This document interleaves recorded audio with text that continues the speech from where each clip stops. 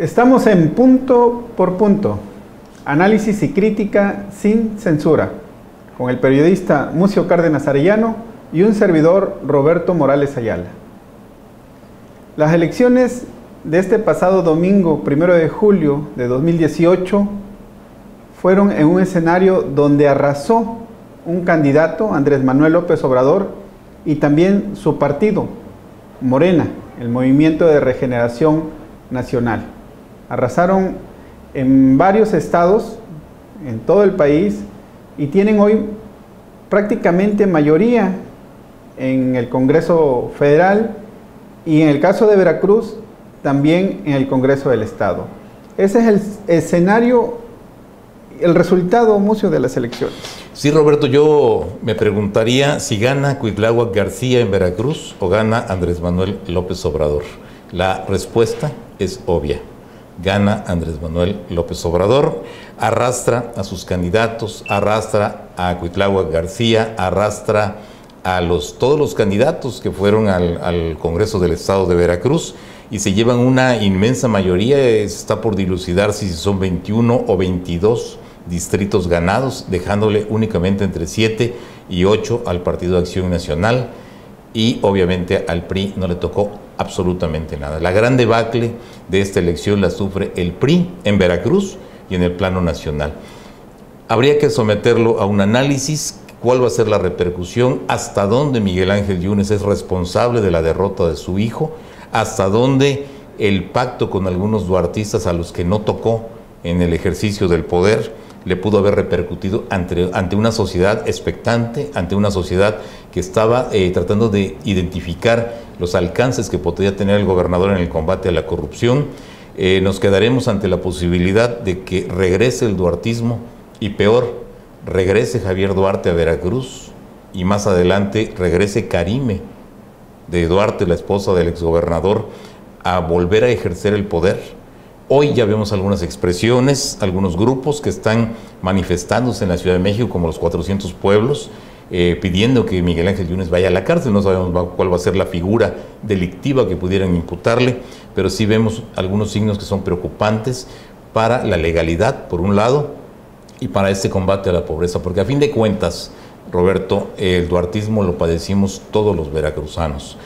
Acabaron con el Estado, generaron niveles de violencia sangrienta, gravísima, y por otro lado un saqueo inmisericordia a las finanzas públicas. Creo yo que es un momento de definición y habría que analizar también si el voto de los que de manera genuina, en un voto de buena fe, lo hicieron a favor de Morena, si tarde o temprano no estarían pagando las consecuencias, o estaríamos pagando las consecuencias de un voto de ese tipo que va a favorecer a grupos de poder que le han hecho mucho daño a Veracruz. Sí, Mucio, en el estado de Veracruz la elección, a diferencia a nivel nacional, no incluso la participación ciudadana fue mayor, en ese sentido fue mayor, pero en cuanto a la diferencia entre el ganador y los segundos y terceros lugares, pues ya ahí sí cambia bastante. De hecho, hubo alta competencia política entre el candidato del Frente, Miguel Ángel Yunes Márquez, y el candidato de Morena, que se perfila como el ganador. De acuerdo a los datos, es virtualmente el gobernador electo del estado de Veracruz, Cuitláhuac García Jiménez, este maestro universitario que no tiene la imagen política en el Estado, hablando en el Estado, como la que tiene Andrés Manuel a nivel nacional, ¿no? Digo, guardando las proporciones, pero no tiene esa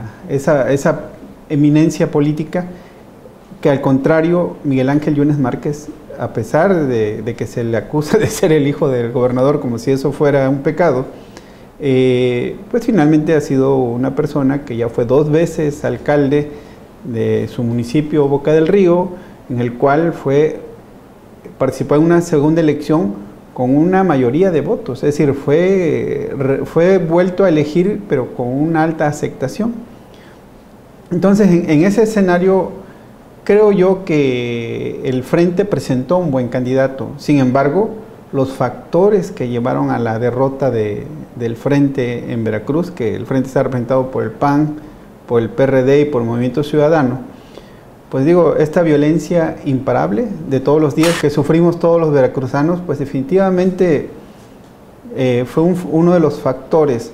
Otro de los factores, Mucio, pues es cierto, el padre del candidato, que es el gobernador Miguel Ángel Yunes Linares, tuvo fricciones muy fuertes con diversos sectores de la sociedad, incluso con la prensa misma, que fue la que lo apoyó y lo llevó de alguna manera, cuando buscó la gubernatura en la ocasión pasada, pues él dijo no la necesito, la confrontó, la criticó, la ofendió y bueno, de alguna manera todos esos ingredientes contribuyeron a esa derrota. Se conjuntaron factores, Roberto. Yo creo que son algunos de ellos. El confrontarse con cierta prensa que en su momento estaba esperando cuando menos una actitud distinta del gobernador.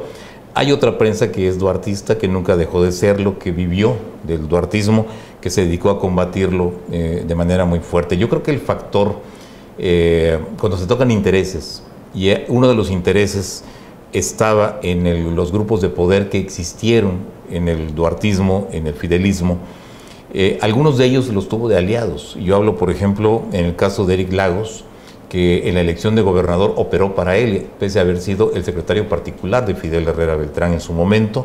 Luego llega a ser diputado federal por Acayucan. La relación que tiene con el secretario de gobierno, Rogelio Franco, lo acerca y le operan en una región como es Acayucan y logran, son votos que fueron sumando para poder llegar al gobierno del estado. Hoy lo vemos a un Eric Lagos que operó en contra del proyecto de Yunista Azul. Lo mismo Alberto Silva, el famoso Cisne Silva, exalcalde de Tuxpan, que en su municipio vuelve a operar y ahí pierde también el yunismo azul. Lo mismo sucede con Tarek Abdalá. Digo, en este caso estamos hablando de diputado federal por Cosamaloapan, el Cisne Silva, diputado federal por Tuxpan, quienes han sido perseguidos por Miguel Ángel Yunes Linares. Hay procesos de desafuero que han ido librando de una u otra forma, acuerpados por el PRI, cómplices del PRI, los han mantenido y hoy se sumaron. Hay mucho voto priista a favor de Morena en el estado de Veracruz. Eso también hay que meterlo en este contexto. Por un lado vemos al factor López Obrador, o sea, la gente motivada a votar por todos los candidatos que López Obrador propuso para el estado de Veracruz. El 5x5 o 5 de 5 que se estaba pidiendo, presidente, gobernador, diputados federales, senadores y diputados locales, por un lado. Por otro lado, vemos los priistas apoyando, traicionando a Pepe Yunes, su candidato a la gubernatura, y que finalmente decidieron darle el voto al partido de Andrés Manuel López Obrador. Y por otro lado, las broncas que traía el propio Yunes con cierta prensa y con ciertos grupos de poder, empresariales, sindicales, etcétera. Pero creo que yo veo una conjunción de factores y de intereses que se generan y que, como dices, la elección, sin embargo, es de apenas 180,000 votos de diferencia, una buena respuesta que tuvo Miguel Ángel Yunes Márquez, pero que no fue suficiente para ganarle al candidato de Morena. Sí, de hecho no la ha reconocido totalmente como reconociendo el triunfo de su adversario, ni reconociendo su derrota. Dice hace poco, hoy estamos grabando hoy martes, hace apenas unas horas, un par de horas, salió a dar una declaración en la cual dice que el resultado no le es favorable. Digo, finalmente está esperando los resultados, hay polémica en algunos distritos, sin embargo yo creo que la tendencia no va a cambiar y bueno, finalmente en la democracia el pueblo decide. La mayoría del pueblo decide y la mayoría del pueblo en Veracruz decidió que Cuitláhuac García Jiménez sea su gobernador. Ahora lo que queda es esperar a ver en este lapso de aquí a diciembre con qué tipo de equipo va a trabajar, que eso va a ser muy importante y se tiene que someter al escrutinio y al análisis público, pues para ir marcando y haciendo crítica periodística en relación a cómo pudiera venir el trabajo del gobierno. Lo que hoy sí se podemos decir que, bueno, Cuitláhuac tiene una tarea enorme porque tiene que darse prestigio a sí mismo, tiene que demostrar que de verdad tiene madera para gobernar. ¿Y qué va a hacer con los grupos que en la campaña, pues como todos, se le pegaron como rémoras y que los va a sacudir o los va a mantener?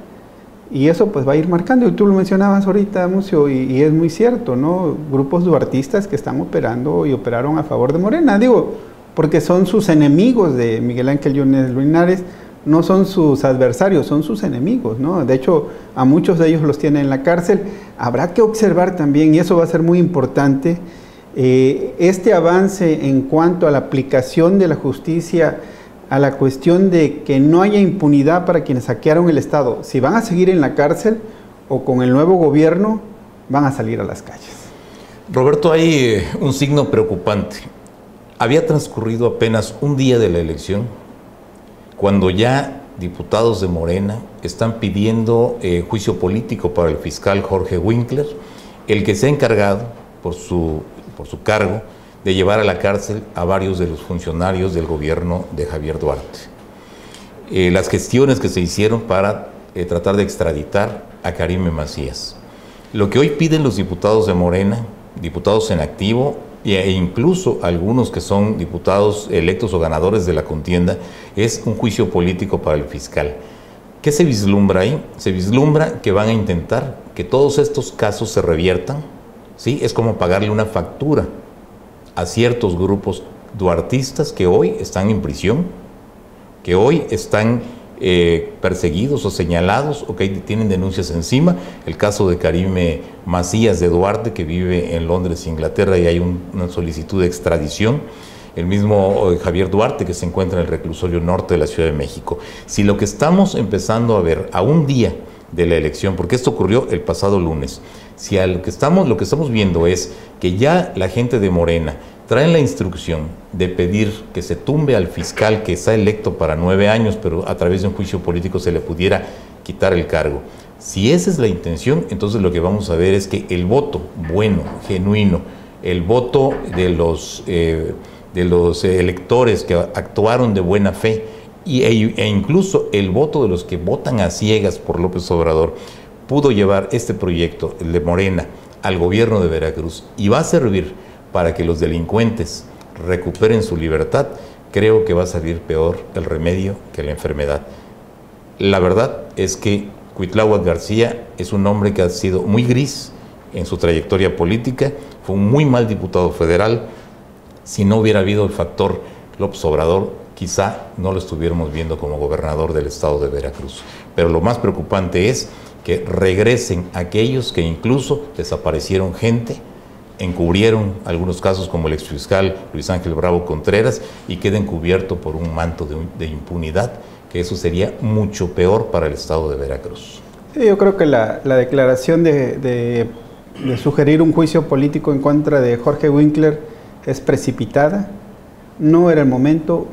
Creo que finalmente, digo, y tengo que decirlo, si Luis Ángel Bravo Contreras, que era el fiscal de Duarte, lo colocó en ese lugar, en ese puesto, porque le era afín, porque creía que le iba a cuidar las espaldas, cuando llega Yunes Linares, pues con su gobierno y con el apoyo del Congreso, le quita el cargo, que es un cargo además que le dan 9 años, Mucio, precisamente para cierta autonomía, y eso no ha pasado, no han sido fiscales autónomos. Winkler pues es cercano a Yunes Linares. Era su abogado personal. Al exceso, hay una fotografía donde está de rodillas tomándole fotos cuando andaba en campaña.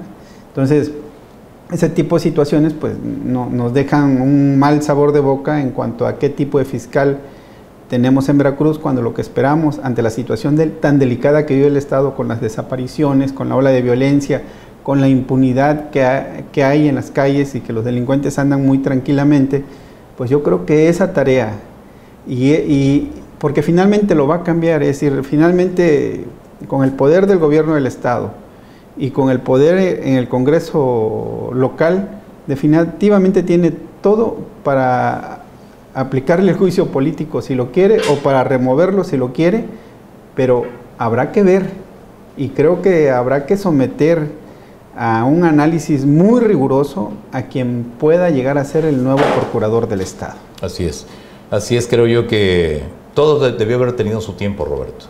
Debieron haber aguantado hasta que viniera el cambio en el Congreso del Estado, que es el próximo 5 de noviembre, y con la nueva legislatura empezar a ver lo del cambio de fiscal. Sin embargo, sí se percibe que la intención de hacer la remoción desde ahora, para que le den tiempo de librar al duartismo de todo este asedio e incluso a quienes desaparecieron personas. Creo que esa parte va a lastimar mucho a los familiares, a la gente de los colectivos que andan buscando a sus familiares y que no los encuentran. Pero eso es parte del escenario, Roberto, parte nada más, es el caso Veracruz.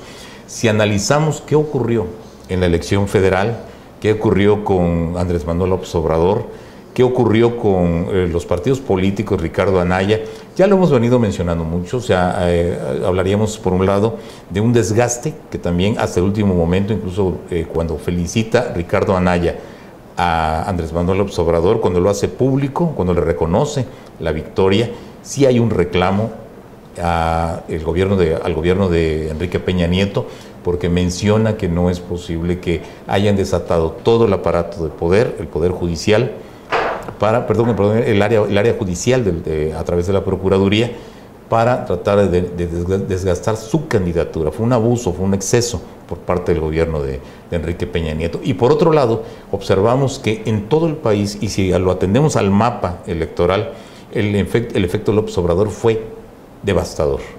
O sea, ganaron hasta en lugares donde ni siquiera se lo imaginaban.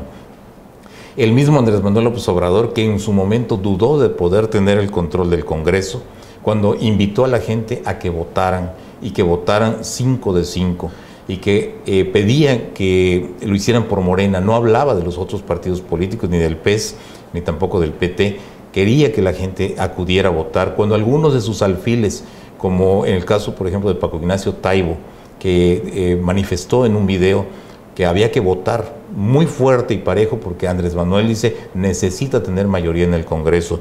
Cuando Rafael Barajas, el fisgón, el caricaturista de la jornada, dijo va a ganar López Obrador, pero no lo van a dejar gobernar, necesitamos el Congreso. Había duda de que pudieran tener esa mayoría. Hoy es una mayoría aplastante, 72% de las diputaciones de mayoría relativa están en manos de Morena. Un cambio... Algo que solamente cuando el PRI era el partido hegemónico. Un cambio radical. Es decir, definitivamente la decisión de un pueblo a rechazar, a reprobar al sistema político que lo ha venido gobernando desde hace décadas fue absoluto y total. Y bueno, en este caso Andrés Manuel supo vender muy bien su proyecto, supo aprovechar muy bien ese escenario de desastre que hay en el país para emerger él como la figura que pudiera salvar a este país. Pero igual muchas personas muy bien intencionadas que han votado por este proyecto reconocen, es decir, no todo está en manos del presidente de la República, y eso es muy cierto. La sociedad también tiene que crecer. Y realmente la democracia pues es para que tenga calidad, es donde hay realmente partidos políticos y candidatos que sean altamente competitivos, que tengan calidad, que tengan prestigio, que es lo que hoy le hace falta a México. No todo puede descargarse en una sola persona, eso es muy peligroso además. Y en esa tarea tenemos que entrar todos. En esa tarea tenemos que entrar todos. Hoy el PRI, el PAN, el PRD y los demás partidos tenían que caer y ojalá tengan el valor, tengan el tesón de levantarse y de trabajar para responder a las necesidades de la población. Porque nos hace falta para que sea un país democrático, que sea un país competitivo. La discusión en este proceso electoral fue muy fuerte, fue muy enconada, pero era necesario. El 1 de julio la gente decidió y hoy hay que respetar el hecho de que haya un nuevo presidente de la República. Se le reconoce completamente, absolutamente. A mí me parece de reconocer a Ricardo Anaya, a José Antonio Meade, de reconocer, igual, incluso el Bronco, reconocer que Andrés Manuel López Obrador había ganado la elección, nosotros tenemos que reconocerlo, pero lo que sigue, en este caso, para el presidente es gobernar, que es la tarea que ya lo va a someter a un desgaste natural, y para los demás sectores, pues los que nos corresponde ser contrapeso del poder, pues hacer nuestro trabajo y hacerlo de calidad también, de que la población sepa que lo estamos haciendo de manera profesional, sin intereses y sin ningún otro interés más que el de dar información objetiva. Sí, Roberto, fíjate que habría que analizar, diría yo, que por un lado analicemos por qué gana López Obrador. Mucho se ha hablado de que le dijo al pueblo lo que el pueblo quería escuchar. Esa es una. Segundo, hay un ejercicio de mercadotecnia política. Identificaron qué quería la sociedad y eso fue lo que le dijeron. Si la gente quería un candidato que repudiera el gasolinazo, le dijeron que Andrés Manuel López Obrador era la persona indicada para reprobar el gasolinazo. Si había que tocar el tema de la violencia, lo hizo a su modo y habló con un perfil de un hombre bondadoso que va a invitar a los criminales a que dejen esa actividad, que se acojan a los beneficios de una amnistía y que pueden tener una vida placentera, todos bien. Bueno, ¿cómo va a acabar con el punto central de su tesis de candidatura? Fue el combate a la corrupción. En cualquier país del mundo, cuando algún candidato le dice yo voy a combatir y acabar con la corrupción, en ese momento se perfila como un candidato que es lo que la gente quiere ver, porque ya una vez en el ejercicio de gobierno le puede dar muchos beneficios a un país. Si ese candidato le ofrece pensión vitalicia a los adultos mayores, a pesar de que ya tengan una del Seguro Social o del ISSSTE, pero que va a haber más dinero para esos ancianos, excelente. Si además garantiza que todos los jóvenes van a tener estudios sin examen de admisión en las universidades, mucho mejor. Si además les ofrece una cantidad de dinero permanente para hasta el momento que encuentren trabajo, ese es el candidato que se requiere. O sea, estudiaron perfectamente lo que tenían que hacer para darle a la gente lo que la gente necesitaba tener verse proyectados en ese candidato. Y segundo, las alianzas con la mafia del poder. O sea, todo aquel que me hizo daño, ahora lo jalo a mi equipo y ya no me puede volver a hacer daño. Yo creo que esa es la razón. Ahí se podría identificar el trabajo de mercadotecnia política que le resultó beneficiosa para su proyecto político. Y ahorita entramos a las consecuencias que puede haber. Adelante, Roberto. La estrategia política, definitivamente, él compitió y supo y sufrió consecuencias en relación a las competencias pasadas, aprendió muy bien y ahora pienso yo que cualquiera que se acercaba a su proyecto no había un filtro de calidad. Si quieres entrar, ven, no importa de dónde vengas, pero ven, ahorita se trata de ganar, y ganó de manera sorprendente incluso para él mismo. Inobjetable además, Roberto. Sí, definitivamente. Pero hay casos, Mucio, hace rato te mostraba un tuit de este señor Manuel Espino, es dirigente nacional del PAN, me llamó mucho la atención, donde él presume que le ha levantado la mano a los 4 últimos candidatos que han llegado a la presidencia de la República, empezando por Vicente Fox Quesada, luego por Felipe Calderón Hinojosa, por Enrique Peña Nieto y hoy por Andrés Manuel López Obrador. Yo lo veo como un acto de cinismo, una persona que realmente se ha prestado incluso a la guerra sucia. Aquí en Veracruz lo vimos en las pasadas campañas electorales, y que hoy presume que le ha levantado la mano a los 4 últimos candidatos a la presidencia de la República que han llegado a ser presidentes. Hoy es Andrés Manuel López Obrador, pero cuando menos los 3 últimos, pues digo, el país como está, y él se ha encargado de apoyarlos y ayudarlos, según él, y hoy, pues a ver qué va a hacer Andrés Manuel López Obrador con este tipo de personajes que, apoyando a esos expresidentes, mira las condiciones en las que está el país. Y digo yo, y como él, muchos peores entraron a esa campaña. Entonces, ahí creo que hay que observar. La tarea va a ser observar qué va a pasar. Porque para poder gobernar un país combatiendo la corrupción, pues primero, y él lo dijo Andrés Manuel en su discurso, el buen juez por su casa empieza. Y yo creo que de aquí a diciembre pues tendrá que dejar la casa limpia. Vamos a observar, ya hablamos, es un triunfo, como te decía, inobjetable, se lo ganó bien, la sociedad le respondió, la cantidad de votos obtenida es impresionante, son muchos millones de votos, duplicando prácticamente lo obtenido por Vicente Fox. Los líderes mundiales se han volcado, los medios de información nacionales e internacionales han reconocido este triunfo del López Obrador. La cuestión que yo observo aquí es, a partir del 1 de diciembre, los muertos que haya en este país por violencia, por cárteles, son los muertos de Andrés Manuel López Obrador. No porque él los haya mandado a matar, sino que entran en el récord, como en su momento entraron en el récord de Felipe Calderón y en el de Enrique Peña Nieto. Creo que se va a dar la misma situación.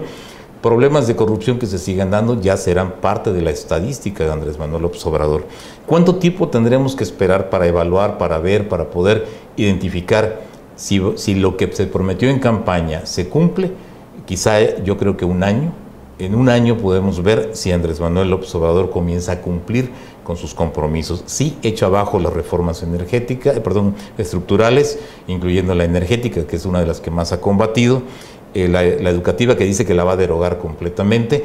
Ahora últimamente en su discurso ya dice que mejor va a sacar un nuevo modelo apoyado en los padres, en los maestros, en los especialistas, para tratar de mejorar la calidad de la educación. Es decir, empieza a matizar los mercados internacionales que se tranquilizaron quizá por un pacto que hubo en los días previos a la elección. En ese momento pues también se vuelcan a observar si eso se va a cumplir o no se va a cumplir. O sea, hay compromisos, creo yo, con grupos de interés, tanto nacionales como internacionales, que podrían ser lo que va a marcar la ruta de su gobierno.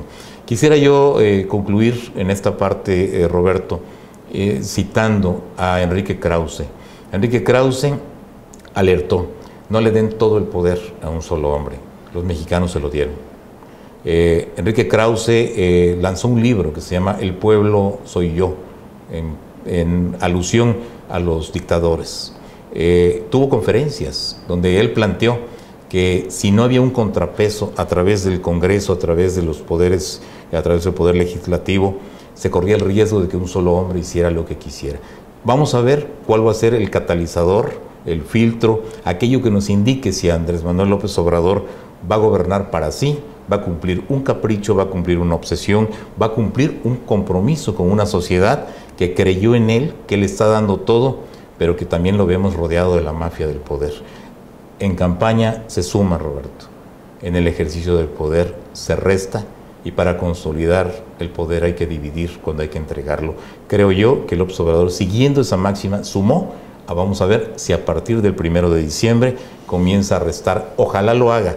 Ojalá se quite a toda esa gente nefasta que llegó con él, porque eso sí sería beneficioso para el país y puede hacer un muy buen gobierno. Y se puede quedar el proyecto de Morena por muchos años más si comienza a revertir todo lo malo que nos han hecho el PRI y el PAN todos estos años, y que bien ganada tienen esa derrota que hoy están sufriendo porque perjudicaron de manera brutal a una sociedad que no merecía que le hicieran lo que acaba de ocurrir.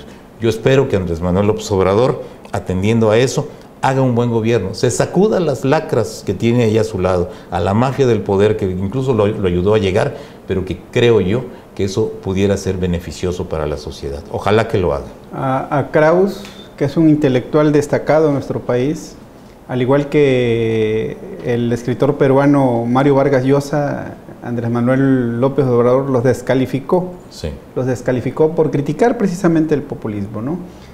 Sin embargo, pues igual digo, hay canciones populares tan conocidas como este grupo de rock Molotov, que canta una canción, que toca una melodía, una canción en la cual dice: dame todo el poder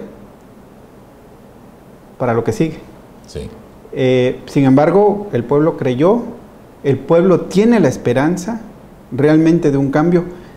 Y quiero quedarme con esto, Mucio. En su discurso que dio después de que anunció su derrota y agradeció que la habrían reconocido los organismos oficiales y los otros candidatos, él dijo que su ambición era ser el mejor presidente que ha tenido México. Y ojalá así sea, para el bien de todos. Así es, Roberto. Creo yo, vamos a esperar y que también se tranquilicen sus seguidores, porque están viviendo una euforia, están viviendo parte de la pachanga, parte de la borrachera del poder, y el momento de la resaca puede ser muy fuerte. Yo creo que es el momento de que esa reconciliación de la que habló él se traduzca también en una sociedad que no tiene por qué seguir recibiendo o estar confrontada.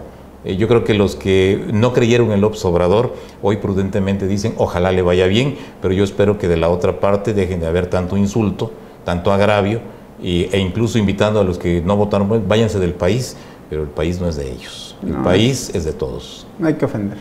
Así es. Bueno, llegamos al final de esta emisión de Punto por Punto, análisis y crítica sin censura. Muchas gracias.